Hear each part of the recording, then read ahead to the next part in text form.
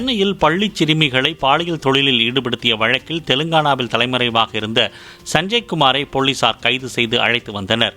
ஆளுநர் மாளிகை மீது வெடிகுண்டு வீசிய வழக்கில் கைதான கருக்கா வினோத்திடம் தேசிய புலனாய்வு முகமையினர் நடத்திய விசாரணையில் அவரது தோழி நதியா என்பவர் சிறுமிகளை பாலியல் தொழிலில் ஈடுபடுத்தி வந்தது தெரியவந்தது.